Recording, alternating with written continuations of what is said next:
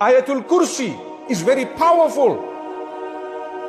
Do you read it every day, every morning, every evening?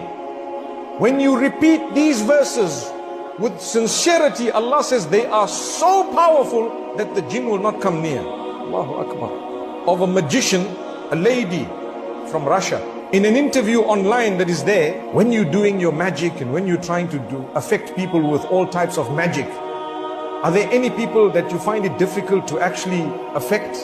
She says, yes, the Muslims. The practicing Muslims who pray 5 times a day. These are the words of a non-Muslim. Why? She explains that when they pray, there is a strength and there is like a dome around them. You just can't get through. Allahu Akbar, Allahu Akbar. Wallahi, these are non-Muslims telling you. And you think that this Quran we have been blessed with is something minor. It is the most amazing gift that you have.